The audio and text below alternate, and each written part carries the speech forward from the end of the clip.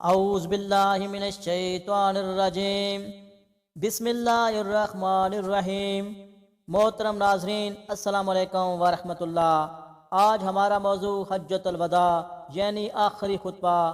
محترم ناظرین، میدان عرفات کے مقام پر جناب رسول اللہ صلی اللہ علیہ وآلہ وسلم نے 9 ذی الحج 10 ہجری 7 مارچ 632 عیسوی کو آخری خطبہ حج دیا تھا۔ آئیے اس خطبے کے اہم نکات کو دہرا لیں، کیونکہ رسول اللہ صلی اللہ علیہ وآلہ وسلم نے فرمایا تھا میری ان باتوں کو دوسروں تک پہنچائیں۔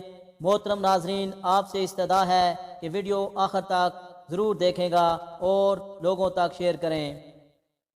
جناب رسول اللہ صلی اللہ علیہ وآلہ وسلم نے فرمایا، اے لوگو سنو، مجھے نہیں لگتا کہ اگلے سال میں تمہارے درمیان موجود ہوں گا۔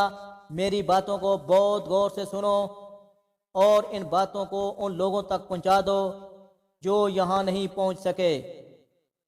اے لوگو، جس طرح یہ آج کا دن، یہ مہینہ اور یہ جگہ عزت و حرمت والے ہیں، بالکل اسی طرح دوسرے مسلمان کی زندگی عزت اور مال حرمت والا ہے، تم اس کو چھیڑ نہیں سکتے۔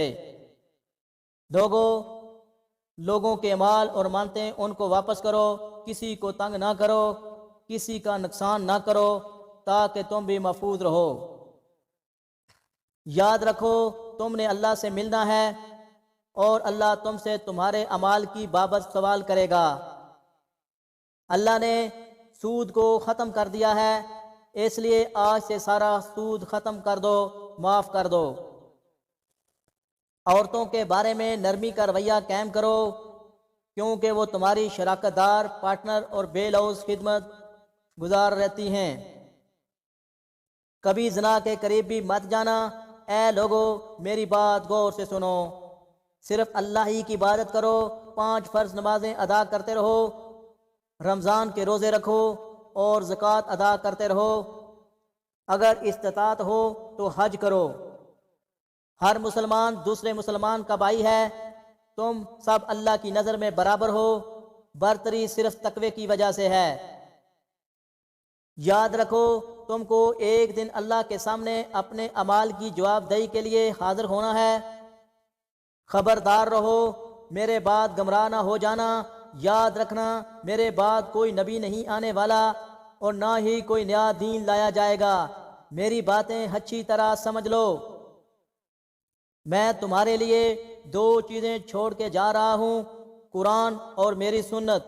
اگر تم نے ان کی پیروی کی تو کبھی بھی گمراہ نہیں ہوں گے۔ سنو تم لوگ جو موجود ہو، اس بات کو اگلے لوگوں تک پہنچانا اور وہ پھر اگلے لوگوں کو پہنچائیں، اور یہ ممکن ہے کہ بعد والے میری بات کو پہلے والوں سے زیادہ بہتر سمجھ اور عمل کر سکیں۔ پھر آپ نے آسمان کی طرف چہرہ اٹھایا اور کہا، اے اللہ گواہ رہنا، میں نے تیرا پیغام تیرے لوگوں تک پہنچا دیا ہے۔ ہمیں اللہ اور ان کے لوگوں میں شامل کر لے جو اپنے پیغام کو سنیں، پڑھیں اور اس پر عمل کرنے والے بنیں اور اس کو آگے پھیلانے والے بنیں۔ اللہ تعالی ہم سب کو اس پر عمل کرنے کی توفیق عطا فرمائے، آمین ثم آمین۔